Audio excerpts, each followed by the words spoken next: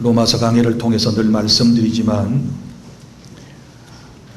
우리는 하나님의 전적인 은혜로 구원받았다는 사실을 믿으시기를 바랍니다. 하나님의 은혜로 구원을 받은 사람들은 마음속에 구원의 확신과 감격과 기쁨과 평안이 넘쳐나게 됩니다. 그런데 또 한 가지 오늘 본문 1절 말씀에 뭐라고 기록이 되어져 있는가 하면 나에게 큰 근심이 있는 것과 마음에 그치지 않는 고통이 있다라고 역설적으로 말씀을 하고 있습니다. 지금까지 하나님의 은혜를 그렇게 강조했고 하나님의 넘치는 사랑을 얘기하다가 사도 바울이 로마서 9장 1절에 와서 큰 근심과 그리고 마음속에 고통이 있다. 하나님의 은혜를 받은 사람이고 또 다른 말로 하면 구원받은 사람이고 늘 주님의 사랑을 체험하며 살아가는 성령님을 마음속에 모시고 살아가는 하나님의 말씀을 깨닫고 살아가는 하나님의 종인 사도 바울의 마음속에 근심과 고통이 웬 말입니까? 우리가 예수님을 믿고 난 이후에 자칫 잘못하면 이기주의적인 신앙생활을 하기 쉽습니다. 무슨 얘기인고 하면 나만 예수 믿고 나만 구원받고 나만 행복하면 되고 또 다른 말로 표현하면 우리 교회만 평안하면 되고 우리 교회만 부흥되면 되고 그러면서 늘 자기 자신은 은혜 속에서 기쁨으로 살아가고 있다라고 착각을 하는 것입니다. 그런데 오늘 우리가 말씀을 좀 더 깊이 보면 물론 우리에게 구원받고 난 이후에 이런 행복감과 감사와 은혜가 넘치지만 또 마음 한켠에는 뭐가 따라옵니까? 근심과 고통이 찾아올 때도 있다. 도대체 사도 바울의 마음속에 생긴 근심과 고통은 어떤 의미를 가지고 있을까요? 첫째로 오늘 본문의 1절에서 3절까지 말씀은 하나님의 은혜로 구원받은 사도 바울은 자기 동족의 구원을 위한 열정을 가지고 있었습니다. 자기 동족 구원을 위한 열정. 여러분, 사도 바울은 이스라엘 사람입니다. 유대인입니다. 그리고 유대인 교육을 가말리엘 문화에서 받았습니다. 그리고 또한 그는 유대교에 깊이 빠져가지고 한때는 기독교인들을 박해하는 일에 앞장을 섰던 그런 인물입니다. 이런 바울이 예수님을 만나고 난 이후에 기독교 신앙으로 예수님을 믿는 신앙으로 개종을 하게 됩니다. 그리고 이제 복음을 전하게 되지요. 그런데 바울이 복음을 전할 때 가장 사도 바울을 힘들게 했던 사람들이 있는데 그 사람들이 누군가 하면 바로 자기의 동족 이스라엘 사람들입니다. 얼마나 바울을 미워했던지 그가 복음을 전할 때 그를 붙잡아다가 돌로 쳐서 죽이려고 그랬습니다. 한때는 돌로 얼마나 많이 때렸던지 바울이 다 죽었다고 생각하고 성 밖으로 내어 던졌다고까지 성경에는 기록이 되어 있습니다. 뿐만 아니라 자기 동족인 유대인들, 이스라엘 사람들이 늘 사도 바울의 뒤를 졸졸 따라다니면서 얼마나 수많은 박해를 가하고 정신적 고통과 아픔을 가져다 주었는지 모릅니다. 그런데 이러한 자기 동족이 망하기를 원치 아니하고 하나님 앞에 진노받기를 원치 아니하고 오히려 이 자기 동족이 구원받기를 간절한 마음으로 열망을 하고 있는데 오늘 여기 2절에 이런 표현이 나옵니다. 나의 형제 곧 골육의 친척을 위하여 내 자신이 저주를 받아 그리스도에게서 끊어질지라도 원하는 바로라. 이게 무슨 얘기입니까? 지금 뭘 원하고 있다는 것입니까? 바로 유대인들 자기 동족이 구원받기를 열망하고 있다. 그러면서 이렇게 말합니다. 내 자신이 저주를 받아 그리스도에게 끊어질지라도 나는 내 민족이, 내 동포들이, 내 이웃들이 구원받기를 원한다. 이런 고백을 하고 있지 않습니까? 참 놀라운 고백입니다. 여러분, 우리가 예수님을 믿고 나면 나 자신의 구원만으로 만족하지 않습니다. 바울과 같은 시각이 우리에게 열려지게 되는데 누구에겐가 복음을 전해주고 싶은 이런 마음이 은혜로 구원받은 성도의 마음 속에는 필연적으로 일어나게 될 줄로 믿으시기를 바랍니다. 그런데 내가 복음을 전해야 할 대상자, 우선순위를 말할 때에 먼저 자기 동족, 자기 친척과 고륙들이라고 말씀을 하고 있습니다. 사랑하는 여러분, 오늘 우리가 예수님을 믿고 난 이후에 하나님의 자녀가 되었고 복음을 우리 모두가 다 듣고 이제는 모시고 있습니다. 이 복음을 누구에게 먼저 전해야 하겠습니까? 우선순위는 우리 동족에게입니다. 내 동포에게 가장 먼저 복음을 전해야 한다는 마음을 바울은 가지고 있고 우리 또한 그러해야 될 줄로 믿습니다. 그러면서 바울은 이방인의 사도예요. 그러니까 자기 민족 시오니즘에만 빠져 있는 것이 아니고 이 사람은 이방인의 사도로서 다른 사람들에게 열심을 다해서 전도 여행을 통하여 복음을 전파하지만 역시 우선순위가 유대인들이에요. 여러분, 우리가 멀리 가서 이방 사람을 바울처럼 구원하지 못한다 할지라도 우리가 선교사의 직분을 가지고 온 세상에 다니면서 복음을 전하지 못하는 형편에 있다 할지라도 저와 여러분이 지금 먼저 해야 할 일은 우리의 가족들에게 복음을 전해야 되는 줄로 믿으시기를 바랍니다. 가장 가까운 이웃들에게, 내 동포에게 복음을 전해야 되는 줄로 믿으시기를 바랍니다. 요즘 한국교회에 문제가 생겼습니다. 우리 선교사님들이 2만 5천 명에서 3만 명이 넘을 정도로 그렇게 많은 선교사님들이 세계 각국으로 파송되어 있습니다. 이제는 선교 대국이 되었습니다. 그런데 안타깝게도 지금 국내의 교회 상황은 너무너무 어렵습니다. 교회 부흥이 정체되고 혹은 도태되어 있습니다. 어떤 신학자가 이런 지적을 했습니다. 선교에 집중하다가 전도를 하지 못했다. 이상한 말처럼 들릴지 모르지만 해외 선교에만 집중하고 그리고 국내에 전도하는 것을 우습게 여기고 모두 다 밖으로만 나가서 복음을 전한 그 결과가 오늘날 한국교회에 이런 정체 내지는 침체를 가져왔다고 뼈아픈 소리를 한 교수의 논문을 읽은 적이 있습니다.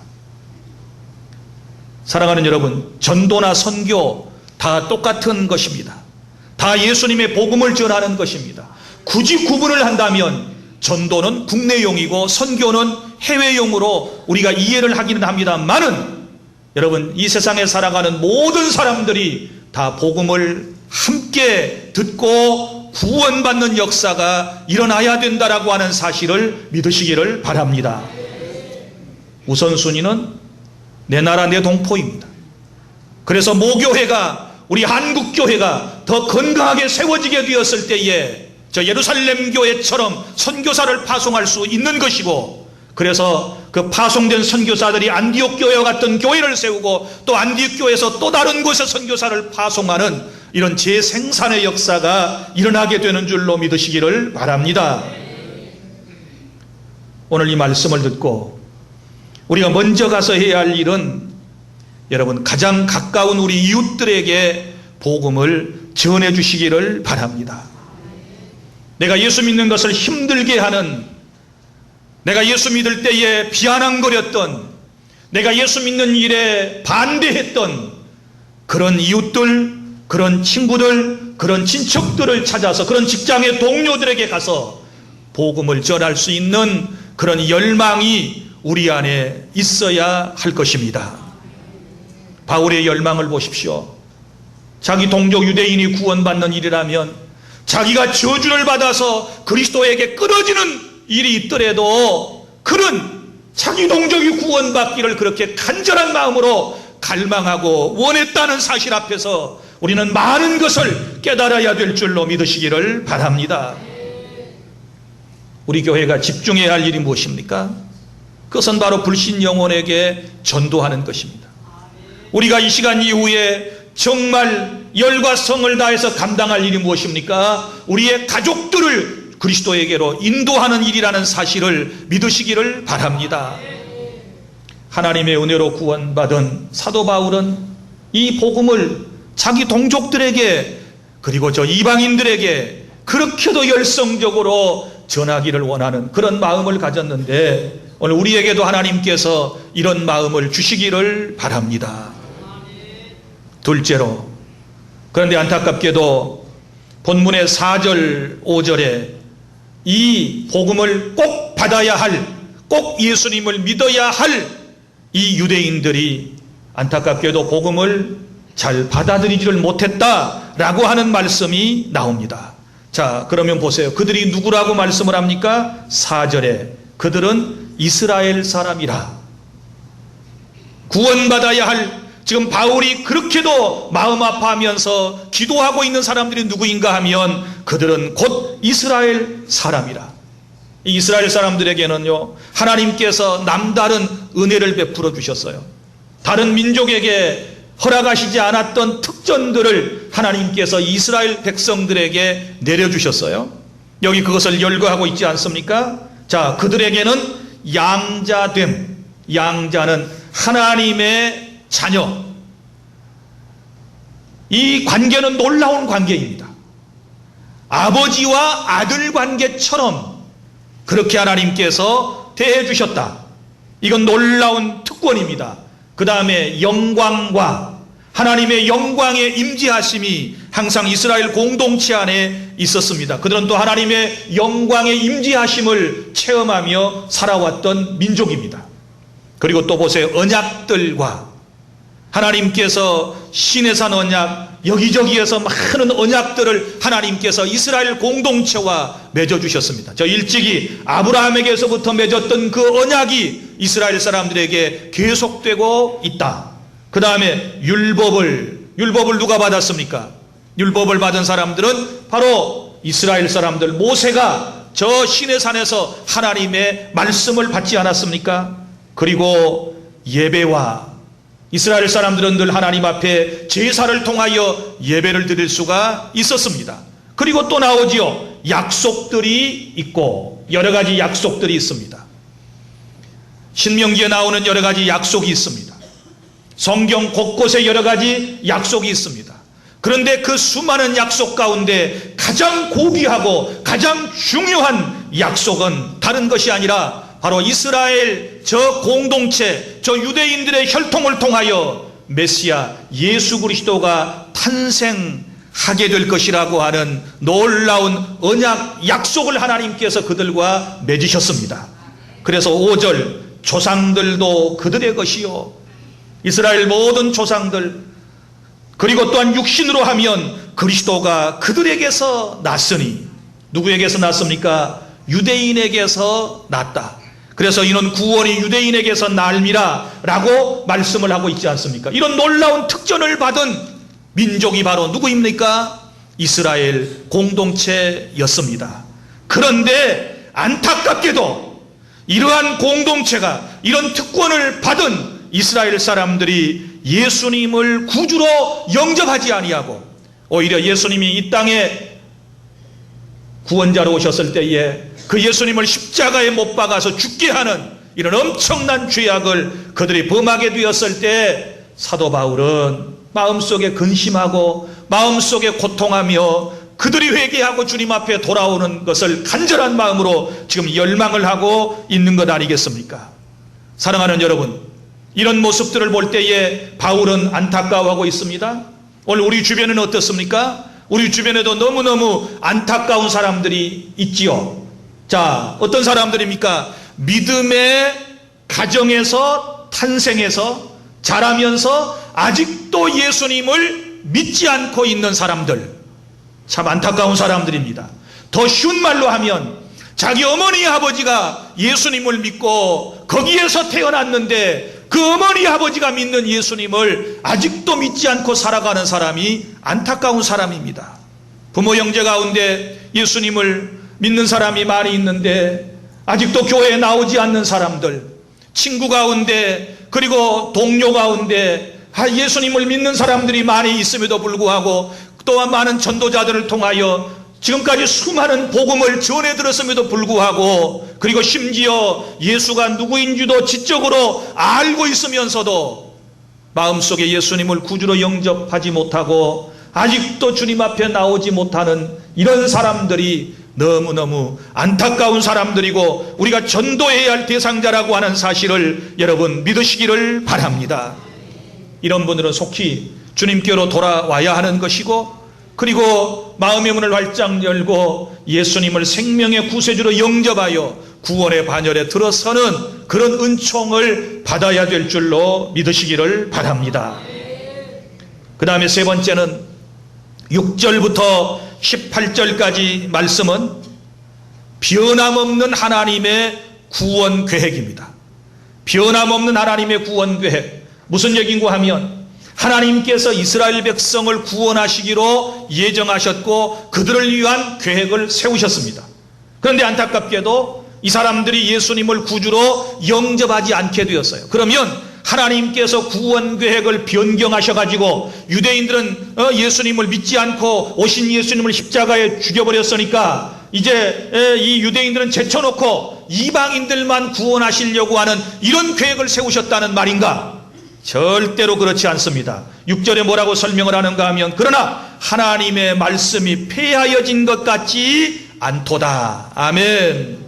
하나님의 말씀이 폐하여지지 않았다는 말은 하나님의 구원 계획이 폐하여지지 않았다. 여전히 유효하다. 유대인들을 구원하시고자 하는 하나님의 계획은 여전히 유효하다. 지금 이것을 설명하고 있습니다. 그러면 여기서 중요한 거 자칫 잘못하면 이런 생각할 수 있어요. 그러면 유대인들은 선민이니까 유대인의 후손으로 태어나면 이스라엘 백성 전체가 다 무조건 구원의 반열에 서는가, 다 천국에 들어가는가 라고 하는 문제가 생깁니다. 그런데 바울은 하나님의 말씀을 그렇게 설명하지 않습니다. 자, 그럼 바울이 말하는 것은 뭘까요? 여기서 하나님의 말씀이 폐하여지지 않고 유대인들이 구원받는다, 약속대로 구원받는다 라고 하는 말씀을 계속 설명을 하고 있습니다. 6절, 이스라엘에게서 난 그들이 다 이스라엘이 아니요 또한 아브라함의 씨가 다 그의 자녀가 아니라 오직 이삭으로부터 난 자라야 내 씨라 불리우리라 하셨으니 곧 육신의 자녀가 하나님의 자녀가 아니요 오직 약속의 자녀가 씨로 여기심을 받느니라.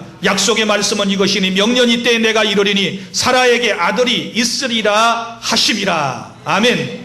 무슨 얘기인고 하면 이런 얘기죠. 아브라함의 후손으로 태어났다고 해서 전부 다 이스라엘 사람인가? 아니죠.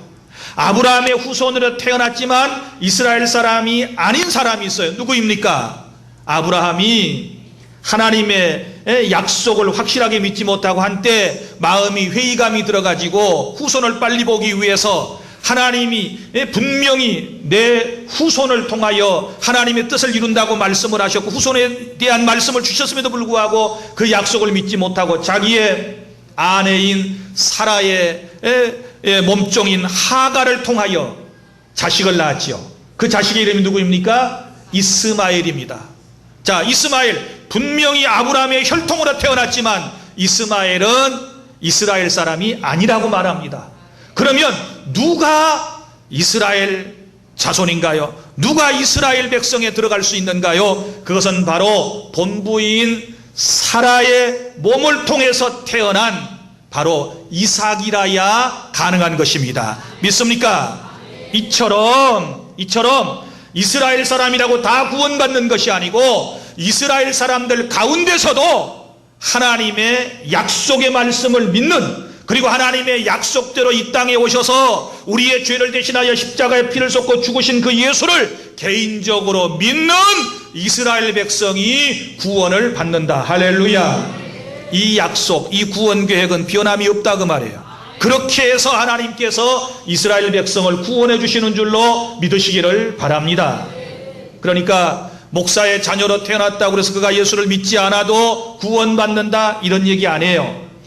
장로님의 아들 딸로, 권사님의 아들 딸로 태어나서 여러분 그렇기 때문에 무조건 예수를 안 믿어도 구원받는다 그 얘기가 아니고, 중요한 것은 목사의 아들 딸로 태어나도 예수 믿어야 구원받고, 장로의 아들 딸로 태어나도 예수 믿어야 구원받고, 권사의 아들 딸로 태어나도 예수를 개인이 믿어야 구원받게 되는 줄로 믿으시기를 바랍니다. 이런 구원 계획은 주님 오실 때까지 변함이 없습니다. 이 말씀은 절대로 변하지 않습니다. 이것을 지금 설명을 하고 있는 것 아니겠습니까? 그리고 또 보세요. 두 번째 예가 나옵니다.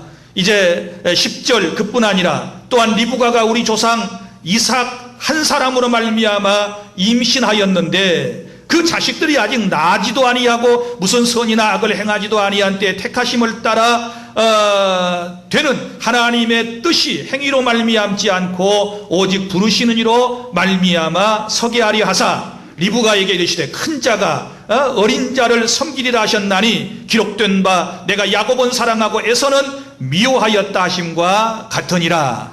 아멘. 무슨 말인가 하면 하나님의 선택, 하나님의 선택. 자 보십시오. 태중에 두 아이가 태어나기 전부터 하나님이 미리 정하셨어요.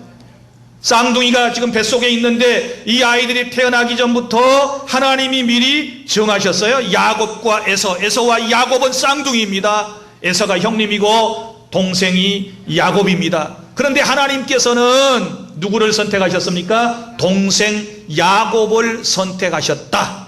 태어나서 선택한 게 아니고 태어나기 전에, 그들이 이 세상에 태어나서 선과 악을 행하기 전에 하나님께서 선택하셨다.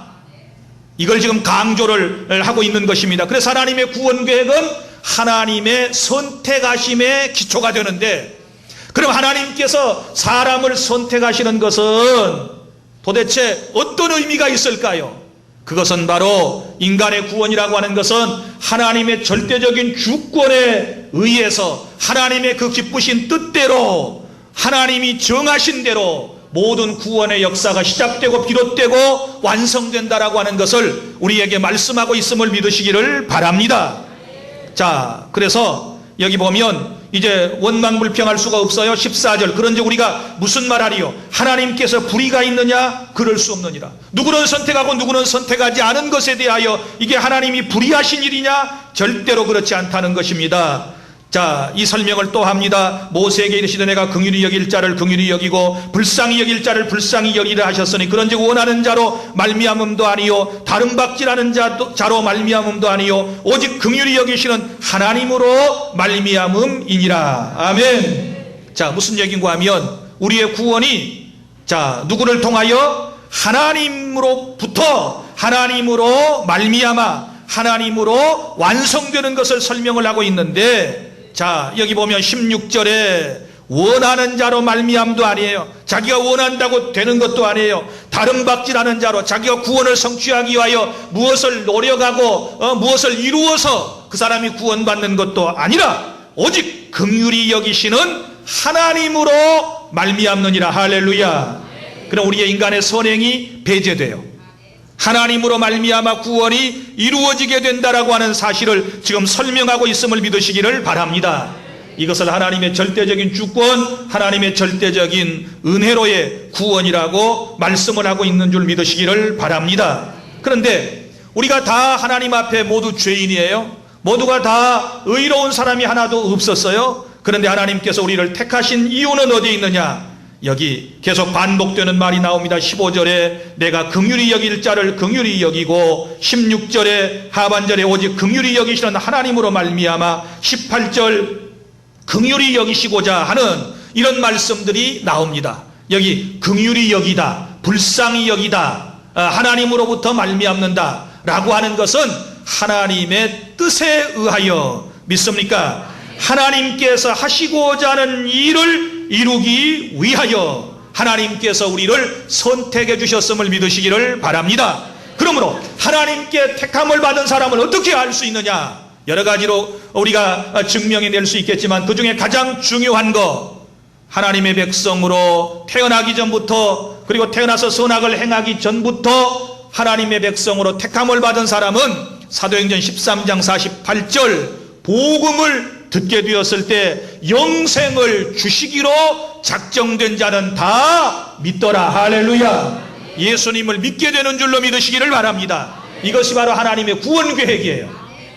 선택받았으니까 하고 나는 예수를 안 믿어도 하나님이 구원해 주실 거야, 이런 논리는 절대 성립되지 않아요. 그리고 또 한 가지 우리가 조심할 것이 있어요. 그럼 하나님께서 택한 백성은 자동적으로 다 구원을 받게 될 것이니 우리는 복음을 전할 필요가 없겠구나, 또 이런 잘못된 생각을 가질 수 있는데, 오늘 우리 사도 바울을 통해서 주님이 주시는 교훈을 봐요. 사도 바울은 은혜로 구원받고 난 이후에 오늘 1절과 2절에서 무엇 때문에 지금 근심을 하고, 무엇 때문에 마음 아파하고, 무엇 때문에 지금 하나님 앞에 절규하고 있는지를 알아야 돼요. 그것은 바로 자기 동족의 구원을 위하여 힘쓰는 것이고, 그리고 그 하나님께서 택한 백성을 구원하기 위해서 그는 1차, 2차, 3차 저 로마까지 4번에 걸쳐서 전도 여행을 나섰고, 주의 복음을 가서 듣든지 아니 듣든지 어떤 박해 속에서도 열심을 다하여 주의 복음을 전하여 수많은 사람을 주님 앞으로 인도했다라고 하는 사실을 믿으시기를 바랍니다. 오늘 우리가 해야 할 일이 무엇입니까?